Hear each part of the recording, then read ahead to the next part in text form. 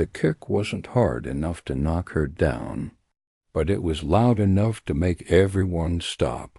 Marcus stood in the middle of the mall corridor, his chest puffed out, eyes blazing with the kind of rage that feeds on an audience. Around him, shoppers froze mid-step, phones already rising to capture the moment. A black woman in a plain coat stood a few feet away, her shopping bag on the floor where it had fallen. She didn't cry. She didn't scream. She just looked at him with eyes that had seen this cruelty before and survived it. Hello friends, welcome to Black Bite Stories. Before we begin today's story, make sure to like this video and subscribe to our channel. And don't forget to tell us in the comments, where are you watching from? We love hearing from our global family. Marcus laughed, the sound sharp and ugly. Still playing victim, Naomi? Still pretending you're something you're not? His voice carried across the marble floors, bouncing off the glass storefronts. A teenager snickered. A mother pulled her child closer. Naomi bent down slowly, picking up her bag with steady hands. She didn't respond. That only made him angrier. He stepped forward, crowding her space, his breath hot and bitter. You hear me talking to you? Or did you forget how to answer when someone who actually matters speaks? Naomi straightened, meeting his eyes with a calm that unnerved him. I heard you, Marcus. Her voice was soft but clear. Not defeated, not broken, just done. Marcus scoffed, turning to the growing crowd like a performer feeding off applause. Y'all see this? 5 years I wasted on her. 5 years trying to fix someone who didn't want to be fixed. Now she's back in town acting like she's somebody. He jabbed a finger toward her. You're nothing, Naomi. You were nothing when I left you, and you're nothing now. The crowd murmured, some nodding, some uncomfortable, but too entertained to leave. Naomi's fingers tightened around the handle of her bag. She wanted to walk away, but something in her refused to run anymore. Not this time. Marcus leaned in close, his voice dropping to a cruel whisper meant only for her. I heard you came back broke, living with your cousin, right? Bet you thought I'd feel sorry for you. Bet you thought I'd take you back. Naomi's jaw clenched. I didn't come back for you. Marcus laughed again, louder this time. Sure you didn't. That's why you're shopping at discount stores while I'm closing deals uptown. That's why you look like you haven't slept in a week. He turned back to the crowd, arms spread wide. Ladies and gentlemen, this is what happens when you refuse to know your place. You end up right back where you started. Pathetic. The laughter spread. Phones recorded every second. Naomi felt the heat rising in her chest, the old shame trying to claw its way back in. But then she remembered the quiet strength of the man who had held her hand just that morning. The man who never raised his voice but commanded every room he entered. The man who saw her not as a project to fix, but as a woman to cherish. She took a slow breath and looked at Marcus one last time. You don't know anything about my life, Marcus snorted. I know enough. I know you're alone. I know you're desperate. And I know you'll always be that scared little girl who begged me not to leave. Naomi's eyes flickered, not with pain, but with something else. Pity. Before she could speak, the sound of heels clicking against marble echoed through the corridor. The crowd turned. A woman in a sharp designer suit approached, her phone pressed to her ear, her expression unreadable. She stopped a few feet from Naomi and ended her call. Mrs. Cross, she said clearly, bowing her head slightly. Your car is outside. The murmurs stopped. Marcus's smile faltered. The woman continued, her voice professional and unwavering. "Mr. Cross is waiting. He asked me to make sure you weren't kept waiting any longer than necessary." Naomi nodded once, her face still calm, still composed. "Thank you, Angela." She turned to leave, but Marcus grabbed her arm. "Wait, what is this? Who's Mr. Cross?" Naomi pulled her arm free gently but firmly. "My husband." The silence that followed was deafening. Marcus's face drained of color. The crowd shifted, confusion rippling through them. Angela stepped forward, her tone colder now. "Sir, I suggest you step back. Mrs. Cross's husband doesn't appreciate delays." Marcus laughed weakly, shaking his head. "This is a joke. She's lying." "There's no way." The sound of a car door closing cut him off. Every head turned toward the entrance. A black man stepped through the glass doors, tall and broad-shouldered, dressed in a tailored charcoal suit that cost more than Marcus made in 3 months. His presence didn't demand attention. It commanded it. He moved with the kind of quiet confidence that made people instinctively step aside. His eyes scanned the crowd until they found Naomi. His expression softened instantly. He walked straight to her, ignoring Marcus, ignoring the phones, ignoring everything except his wife. "Naomi," he said gently, touching her cheek. "Are you all right?" She nodded, leaning into his hand. "I'm fine, Julian." Julian's gaze shifted, landing on Marcus for the first time. He didn't shout. He didn't threaten. He simply looked at him with the kind of cold assessment that made grown men reconsider their choices. "Did he touch you?" Naomi hesitated. Julian's jaw tightened. "Did he?" "He pushed me," Naomi said quietly, "and kicked my bag." Julian's eyes darkened, but his voice remained steady. "I see." He turned to Angela, without breaking eye contact with Marcus. "Call security. I want the footage from the last 10 minutes sent to our legal team immediately." Angela nodded, already dialing. Marcus stumbled backward, his bravado crumbling. "Wait, hold on. This is a misunderstanding.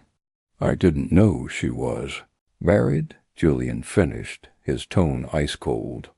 "You didn't know she was married, so you thought it was acceptable to assault her in public?" Marcus's mouth opened and closed uselessly. Julian stepped closer, his voice dropping to a dangerous whisper. "You humiliated my wife. You put your hands on her, and you did it in front of witnesses because you thought she was powerless."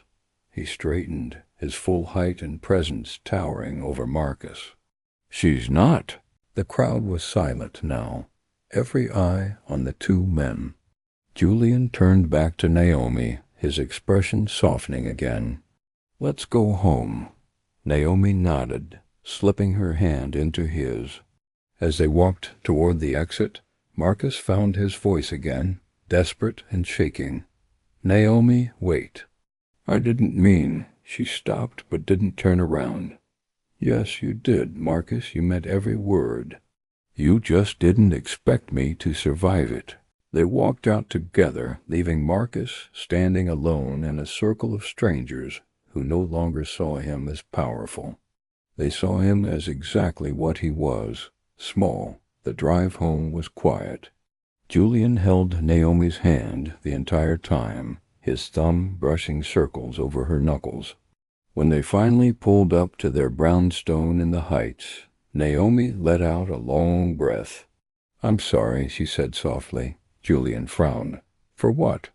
"For letting him get to me. For not walking away sooner." Julian turned in his seat, cupping her face in both hands. "Naomi, you don't apologize for someone else's cruelty. You stood there with grace and dignity while he tried to tear you down in public. You didn't flinch. You didn't break. That's not weakness. That's strength." Tears pricked at her eyes. "I just didn't want you to see me like that. Helpless." Julian shook his head. You weren't helpless. You were waiting. And when the time came, you let the truth speak for itself. He kissed her forehead gently. That man spent 5 years convincing you that you were nothing. And in 5 seconds you proved him wrong just by existing. Naomi laughed softly, wiping her eyes. I don't know what I did to deserve you. Julian smiled. You survived. That was enough. Inside, Naomi sank into the couch, exhausted. Julian brought her tea and sat beside her, pulling her into his arms. Do you want to talk about it? He asked. Naomi shook her head. Not yet. I just want to sit here with you. Julian kissed the top of her head. Then we sit. They stayed like that for a long time. The world outside forgotten, the chaos of the mall already fading into the past. Later that evening, Angela called. Julian answered on speaker. The footage is clear. We have multiple angles of the assault. Legal says it's an open and shut case if Mrs. Cross wants to press charges. Julian looked at Naomi. It's your decision. Naomi stared at the phone, thinking about all the years Marcus had made her feel small. All the times he'd convinced her that she was the problem. All the nights she'd cried herself to sleep, believing his lies. Press charges, she said firmly. Julian nodded. You heard her, Angela. File everything. Angela's voice was satisfied. Already done. We'll keep you updated. The call ended. Julian turned to Naomi, pride shining in his eyes. I'm proud of you. Naomi leaned into him. I'm proud of me, too. The next morning, Marcus woke to a letter on his doorstep. Inside was a formal notice of a civil lawsuit for assault, harassment, and emotional distress. Attached was a still image from the mall footage showing him mid-kick, his face twisted in rage, Naomi standing calm and unbothered. The image had already been shared thousands of times online. Comments flooded in, none of them kind. Marcus's phone rang. His boss? We need to talk. By noon, Marcus was unemployed. By evening, his name was trending for all the wrong reasons. By the end of the week, he was sitting in a courtroom across from Naomi and Julian, his lawyer whispering frantically about settlements. Naomi sat with her hands folded, her expression serene. Julian sat beside her, a silent pillar of support. When the judge asked if Naomi wanted to make a statement, the courtroom seemed to inhale as one. The air felt heavier, charged with the weight of everything that had led to this moment. Naomi stood slowly, smoothing her hands against the fabric of her coat, not because she was nervous, but because she wanted to feel grounded. 5 years of silence, of shrinking herself, of swallowing words, had brought her here. She lifted her chin and faced the room. Her voice, when it came, was clear and steady, not loud, not trembling, just certain. For 5 years, she began, this man told me I was nothing. He told me I was broken. He told me I was too weak, too emotional, too unstable to survive without him. A murmur rippled faintly through the courtroom, but Naomi didn't pause.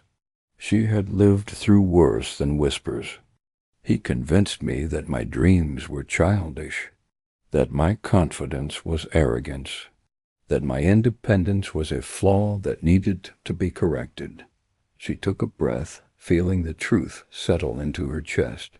There were days I believed him, days I looked in the mirror and didn't recognize the woman staring back at me. She turned her gaze toward Marcus, not with anger, not with bitterness, but with finality. I didn't just survive, she said. I thrived. I rebuilt my life piece by piece after you tried to tear it apart. And I did it without you. Her voice softened, but it did not weaken. That's not revenge. That's just the truth. The courtroom fell into complete silence. No shuffling, no coughing. Even the clock on the wall seemed to pause. The judge nodded once, firmly. "Noted," he said. The settlement that followed was significant. Marcus would pay damages. He would cover all legal fees. He would issue a public apology, one that could not be buried or hidden behind lawyers. Naomi watched as he signed the papers with shaking hands, his pen hesitating at the end of each line. For the first time since she'd known him, Marcus looked small. As people began to file out of the courtroom, Naomi felt a surprising sense of calm. Not triumph, not relief. Just closure.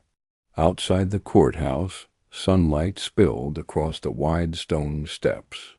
Cameras flashed in the distance, reporters calling out questions she had no intention of answering.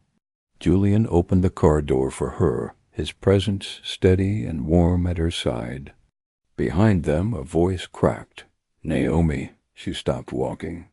"Please," Marcus said, his voice frayed. "I didn't know. I didn't understand what I was doing. I'm sorry." Naomi stood still for a long moment. Then she spoke quietly, without turning around. "You're not sorry you did it, Marcus," she said. "You're sorry you got caught." She stepped into the car.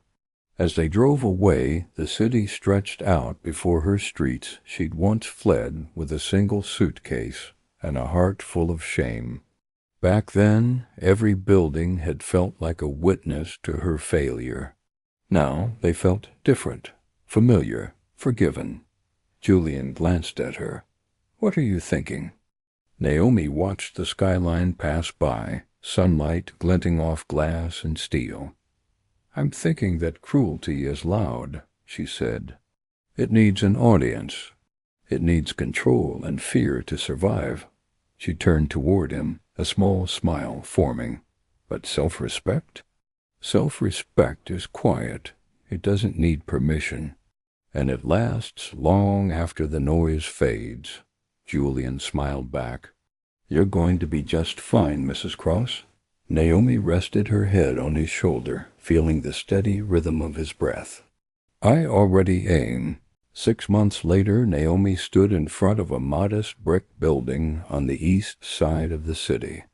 A new sign hung above the doors, freshly painted. Sunlight warmed her face as women gathered nearby, some laughing nervously, some holding coffee cups like lifelines, some standing tall for the first time in years. This was the community center she and Julian had funded together. Inside, the walls were bright and welcoming. Classrooms for job training. Quiet rooms for counseling. A play area for children whose mothers were learning how to breathe again. It wasn't grand or flashy. It was intentional. A place for women rebuilding their lives after domestic abuse. A place to learn. A place to heal. A place to grow. On the wall near the entrance hung a plaque. Naomi stepped closer, her fingers trembling as she traced the engraved words. "You are not what happened to you. You are what you choose to become." Tears streamed down her face, not from pain, but from recognition. From release, from knowing how far she had come. Julian wrapped his arms around her from behind. "You did this," he said softly. "All of this?" Naomi shook her head, wiping her cheeks. "We did this." He kissed her temple. "Then let's keep doing it. Together." She turned in his arms, looking up at the man who had loved her through her worst days and celebrated her best ones. "Thank you," she said, "for seeing me when I couldn't see myself." Julian smiled, his eyes warm and unwavering. "You were always worth seeing, Naomi. The world just needed to catch up." As women began to move through the center, laughing, crying, signing forms, taking their first tentative steps towards something new, Naomi felt something settle deep inside her. a truth she hadn't fully understood until now. She hadn't just survived Marcus. She had outlived him, not in years, but in purpose, in peace, in power. And that was the greatest victory of all, because cruelty fades, but the strength you build from surviving it, that lasts forever.